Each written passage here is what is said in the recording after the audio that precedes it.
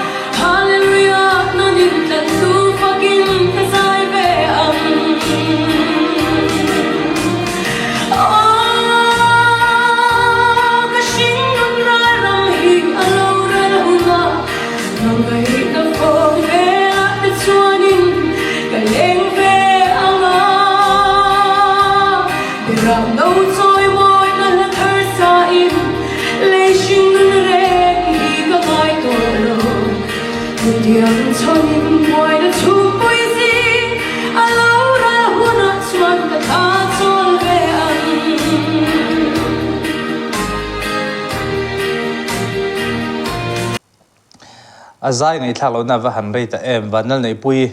ka soi thin kha o chak tha Vanlalneihpuii Mizoram zai thiam mei chia chuan ani tluka o sangam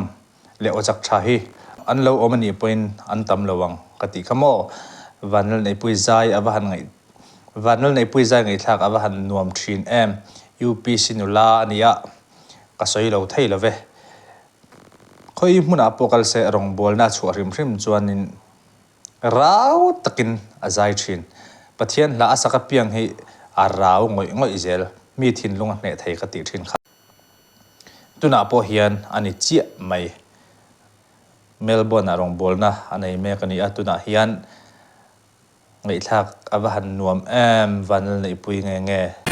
mi kan shia van rau pui na ke zum kem lo chi shin bia rao tha ga phan sa lung man tam rang ka sa crystal ko pui lai tua la le thu thu vangin hallelujah lo mi na lung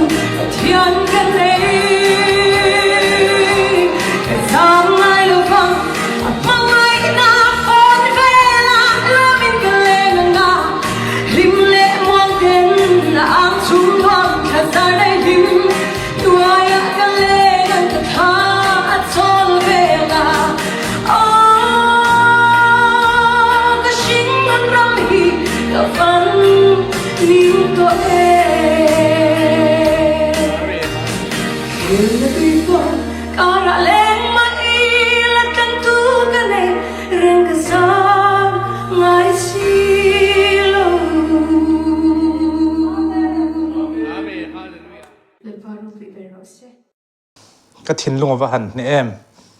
Vanlalneihpuii asiam tu Rawng a bawl sak thin Pathian zahpui ngailo tu a thei to ka a on i zong zong ne na Pathian fak thin choi moi thin ani na lang le thina awan thiam em khovela kan na chenga minung kan la ni e thlemna tui phone thlemna ta hi tui phone angin a local thina ni tiro